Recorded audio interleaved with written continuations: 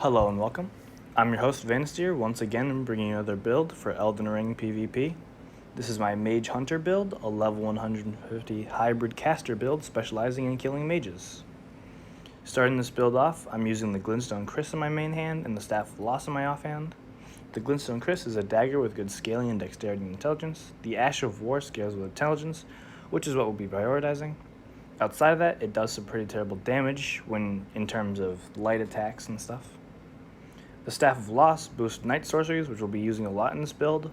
Although the staff isn't the best one in the game, it fits the theme of this build and also gives a small boost to our night sorceries, which is why I'm using it. As for the night sorceries in this build, we are using Eternal Darkness, Ambush Shard, Knight's Comet, and Night Shard. You can also use Unseen Form for this build, but I found it to be useless in most cases. Eternal Darkness is our main spell for this build. What it does is attract glintstone sorceries away from you, similar to the function of a black hole. This makes it extremely useful against sorceries. However, this ability does not work for incantations. Ambush Shard is used to catch your opponent off guard, or to heal cancel, mostly, which is how I used it. The casting is very fast, and if your opponent isn't paying attention, they will get hit with this.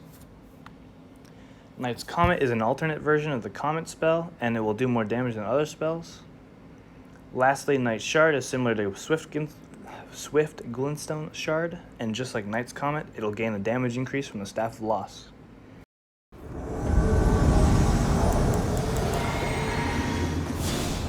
Hey! Hey!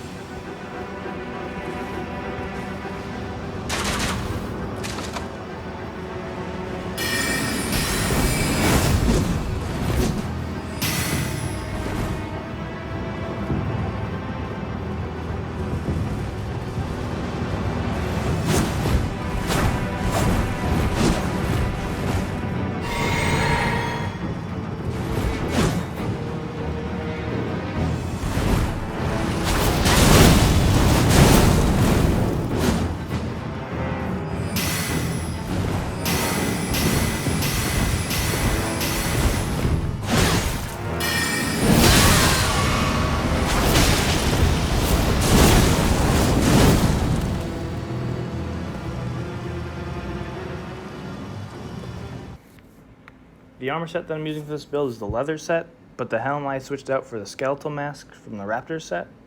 This outfit doesn't have much poise, but it fits well with the assassin look, which is why I'm using it. Alternatively, I thought of using the Witch's Glintstone crown, but it looks terrible for fashion, so unless you want to prioritize stats, I would just go with the skeletal mask.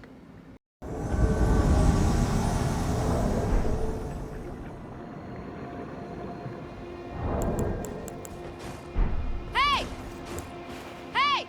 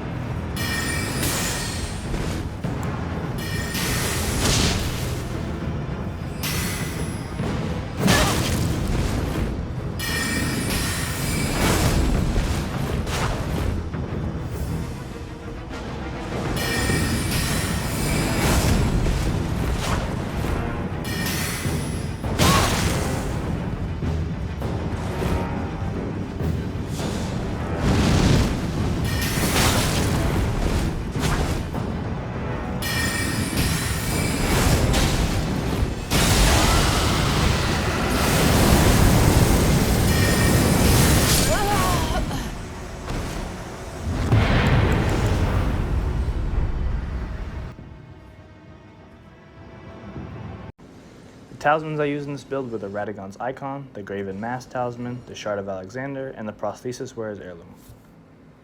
Radagon's Icon shortens the spellcasting time. Graven Mask Talisman gives an increase to our spell damage.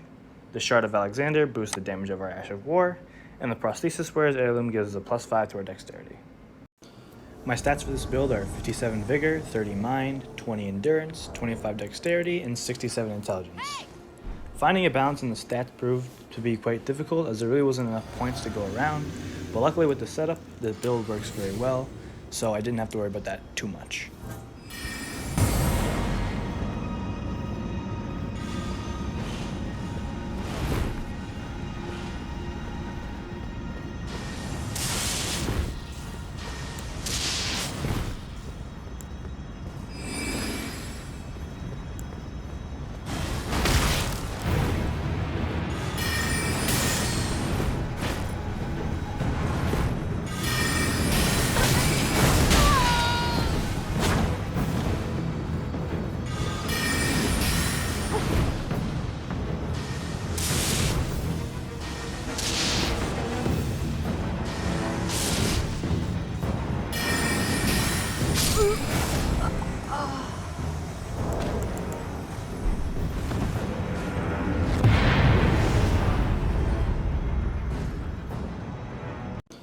My stats for this build are 57 Vigor, 30 Mind, 20 Endurance, 25 Dexterity, and 67 Intelligence. Finding a balance in the stats proved to be quite difficult as there really wasn't enough points to go around, but luckily with the setup, the build works very well, so I didn't have to worry about that too much.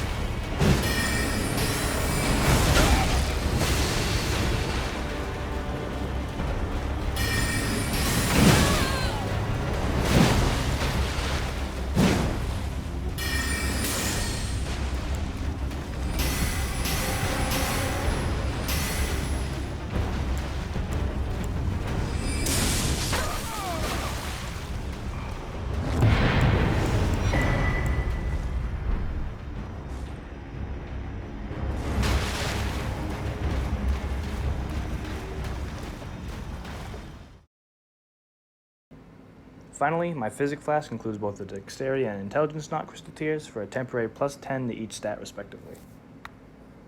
That's all for the build itself. Stick around to the end for my closing thoughts, and be sure to enjoy the rest of the video. Thank you.